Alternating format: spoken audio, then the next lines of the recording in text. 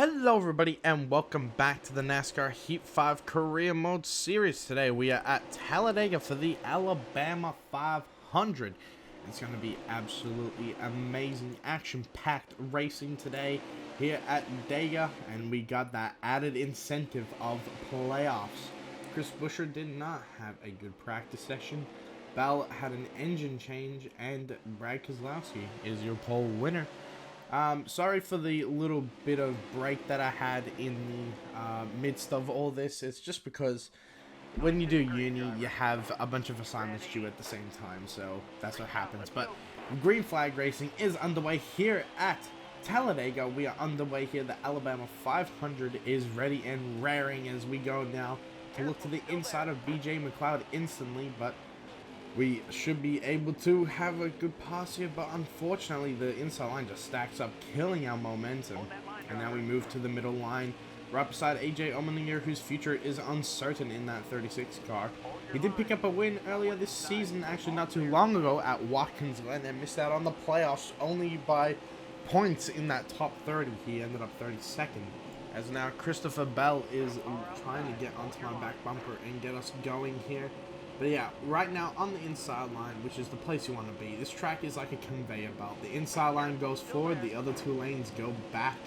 And it's about timing pretty much here and making the blocks. The AI don't really make blocks. Sometimes they just go up to the outside lane just because they want to go backwards, and that's how it works as a conveyor belt. But lap 1 is complete at this track right now. We come into this race, of course, below the cut line, so we need to make the most out of Talladega, get stage points, as many of them as we can, because Lord knows it's going to matter, and hopefully we can get the win today.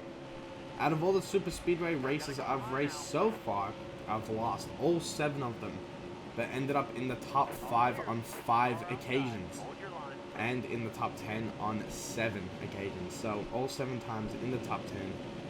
Is this the time where we finally bring it to victory lane here at Talladega? We'll have to find out, but we make a little bit of contact there with AJ Allmendinger. He makes a great save.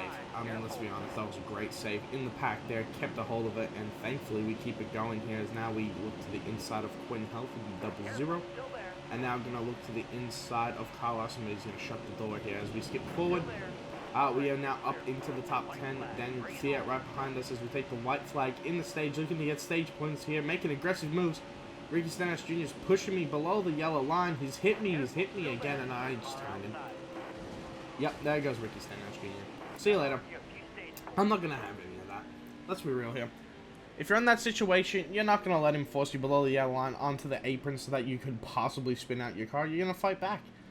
And unfortunately for Ricky Stenhouse Jr., he gets the worst end out of that deal. Tell the 47 he's an idiot, but I'm sure he already knows. Yeah, AJ, you are very right.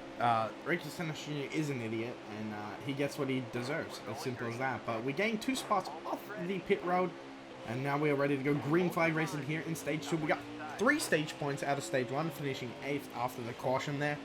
Of course, gaining a position on Ricky Stenhouse Jr. and his teammate Ryan Preece. And we actually get a very nice restart here going into turn 1 and 2, but unfortunately the outside lane's momentum is just absolutely dead. I give a bump to Blaney, but unfortunately, yeah, our momentum is not with us right now. And we are not going to be able to get up into the lead with that kind of momentum. Of course, on the outside lane, it's not where you want to be. So I'm going to go ahead and drop to the inside lane here behind Daniel Fiat, who's having a nice little run. As he's running the Cup Series is coming to a close.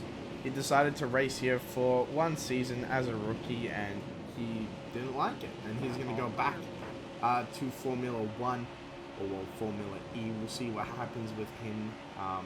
But anyway, we are now to the inside of Austin Dillon here, battling for 4th place.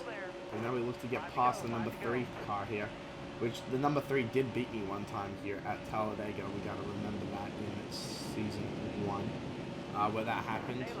So yeah, we'll try and get one back on him today, but there's still plenty of time left here as we have stage 2 to worry about first, and getting some stage points because we need more stage points. It's every little bit of help we can get is going to be advantage on the rest of the competition, so we'll see what we can do. We got lucky to get through the round of 16 by 3 points, and we will be very lucky to get through the round of 12, I think. But with the Roval coming up next, I'm actually pretty confident because We are a good road course driver, but the road courses on this game are kind of stupid, so we'll see how we go. But here we are behind Ryan Priest in the 37 car, who is out in front leading. As now we get some help from Chase Briscoe in the 14 car. Cars will be fixed next season, by the way, to have the actual names of the driver, and we will have custom schemes for people next year. It's going to be, next season is going to be really, really cool with the mods I bring in, with the new paint schemes and all that. But to the lead here at Talladega, and we will keep the lead here over onto the final lap of stage 2 here. However, Bubba Wallace has gotten to the inside of Chase Briscoe. Of course, Bubba Wallace picked up his first win at Las Vegas just the last race. So Bubba Wallace trying to go for 2 in a row here today, and we'll see if he can do it. Of course, in that new 2311 team, they struggled for the most part of the season, missed the playoffs, but they got that elusive win finally for Bubba Wallace, his first career win and the first win for that team. So that's really awesome. And now he is going to push us over into the lead here, past Chase Briscoe. And this is going to be a nice meaty bit of points here. 10 stage points and a playoff point. We take stage 2 here at Talladega. Yes, come on. Nice work, boys. We'll try and keep it up here and get as many points as we can now, and hopefully we can win. As you saw in the end of stage 2, other playoff drivers like Ryan Newman and Kurt Busch below the cut line actually got some points as well. So it's going to be very interesting to see who's going to come out of this race above the cut line and who's going to be in the hole going into the Roval. It's going to be very interesting. I'm very excited as it all is to play out here in the final stage at Talladega. The Alabama 500 is coming to a close very soon. We'll see what we can do, but we are out in front right now, and we'll see if we can defend this position for 9 laps. I don't think we can defend it without losing it for a little bit, so we'll see.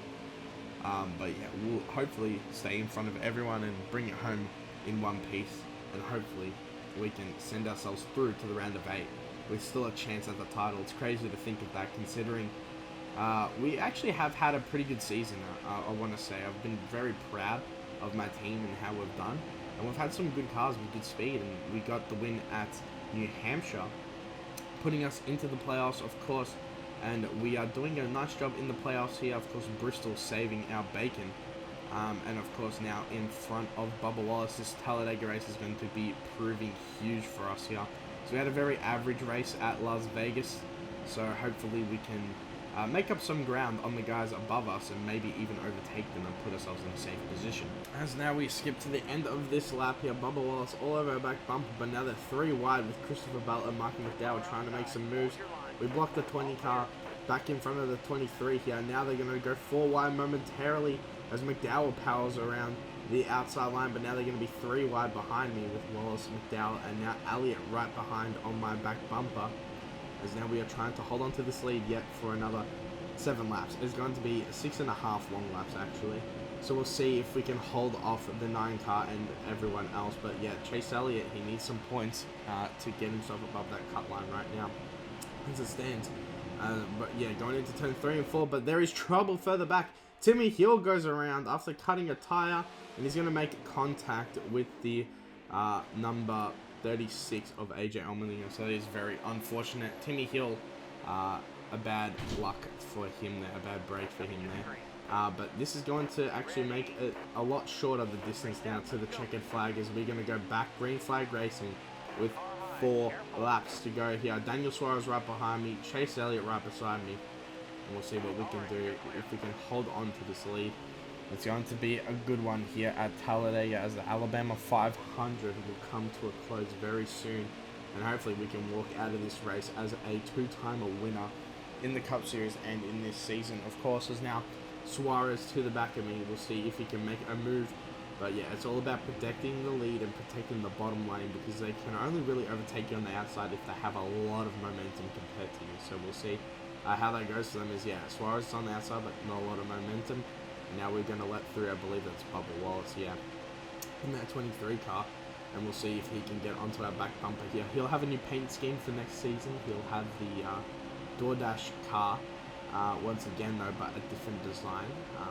It might be the actual one we see in real life. I'm not too sure yet with that decision, but we'll see what I come up with here. But yeah, Bubba Wallace to our back bumper. He's looking to go 2 in a row. So yeah, the whole season he's been very quiet in that car. They haven't had much power and performance, but it seems like they've brought something today, and something yesterday, and they've really put their program into a place where it is going to be competitive for race wins. As now he's going to look to my outside eye makeup and go for the block here. So now Chastain's going to go to the middle, and McDowell's going to go all the way to the bottom now as they're 3 wide for second place. And all of a sudden, I have 3 lanes I need to defend. And I thought, you know what, I'll let the outside go here. This might be my biggest mistake, but I need to, you know, protect the bottom lane. But then I decided to go with Chastain, thinking his push would push us forward. But unfortunately, we just don't have enough. McDowell's going to get to our inside lane here. Eric Jones, our team, is going to get hung out to dry. And now we find ourselves in a position on the outside line where we don't want to be. And now we're in a bit of trouble now, as we're going to have only 2 laps to go to figure this out. Coming up onto the back bumper of the 23 bubble wall, so I'm looking into the middle there trying to make a hole, but I just don't have enough power. I don't have enough help from anyone, and now the Ganassi cars are up here. If they can get together, they can probably push themselves past everyone. As now Chastain's going to help us get to the inside of Bubba Wallace here. We're going to get past him, as now I really need to get to the bottom lane. I'm looking to try and get into that hole here, as it seems to open up a little bit, but unfortunately it cut off BJ McLeod. He's now sideways. He makes a fantastic save though, but desperate times call for desperate measures, and there I measured wrong and cut off the 78. Thankfully he was okay, but that is very unfortunate to ruin his run like that. But now we are back in 4th place with not really any chance to win this at all. But Michael McDowell is going to go high. Kurt Busch right behind him. We don't want the 1 car to win because that will take away a spot, but Kurt Busch right in position, as now we don't have any help from behind to power past these guys. McDowell is now in front with only 2 turns to go here, through turn 3, now into turn 4. McDowell leads. Kurt Busch right behind him. I'm in 3rd place. We're not going to have any momentum. There's no help from behind. There's no help in front. Michael McDowell is going to cover off the lanes, and Michael McDowell is going to win here at Talladega. The Alabama 500 goes to Michael McDowell as we finish in 3rd place. A very good race for us, but yeah, once again, throwing away a win at a super speedway like we usually do. So there you go. The 34 car is your winner today. 1 Daytona in real life, and there you go. He wins Talladega in this. But there's your top 10. And then as you scroll down, we get to see other playoff drivers such as DiBenedetto, Kyle Busch, Chase Elliott, Ryan Newman, all there. Austin Dillon down in 21st. Hamlin down in 25th. And then we scroll down, we see Keselowski 31st. Martin Truex Jr. 35th. And yeah, Timmy Hill the only DNF. So we actually come out of this race in a pretty good position if you look at the finishing results, and I'll actually go and show you guys the point standings here. There you go, plus 19 with the playoff point. Harvick right now in the greatest position with Kyle Busch in a very safe position too.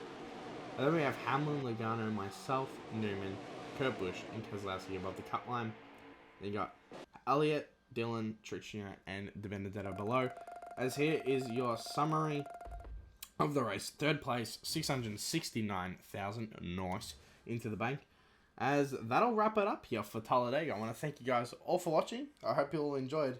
And we'll go to the cutoff race for the round of 8 at Charlotte.